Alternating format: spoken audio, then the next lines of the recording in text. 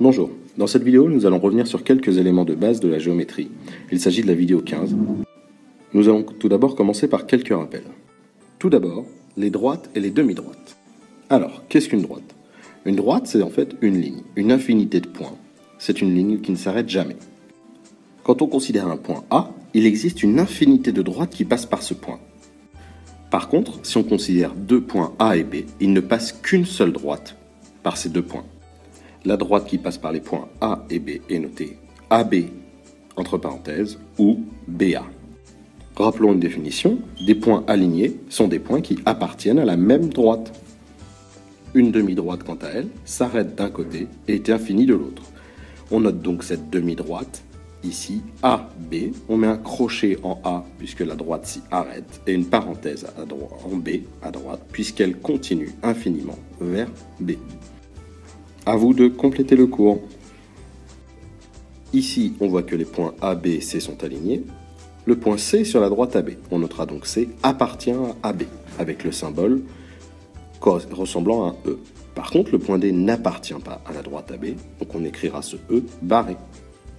Pour rappel, une droite peut aussi se noter D entre parenthèses ou XY entre parenthèses qui indique sa direction. Qu'en est-il maintenant des segments? Un segment est une portion de droite qui a deux extrémités. Il s'arrête. Ici, on a le segment AB. Le segment qui joint le point A au point B se note entre crochets. Il se note AB ou BA.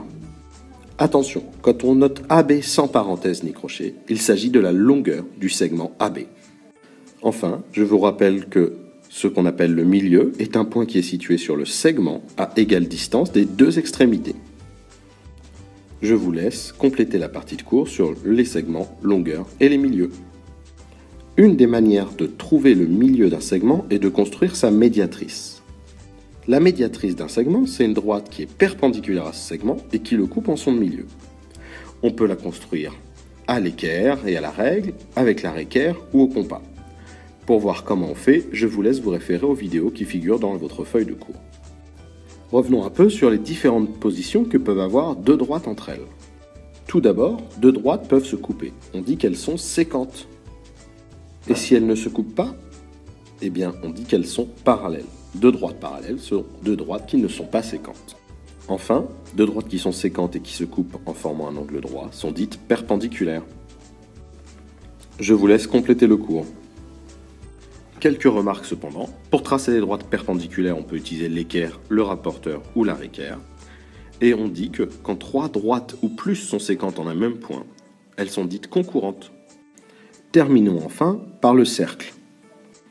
Il faut bien retenir la définition d'un cercle. Un cercle est défini par son centre, le point qui est au milieu, et son rayon. Un cercle est l'ensemble de tous les points situés à la même distance du centre. Ici, on a un cercle de centre O, par exemple de rayon 1,2.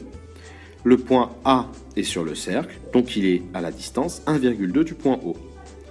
On appelle LM un diamètre du cercle. Sa longueur, c'est le double du rayon. Et voilà, à vous de jouer.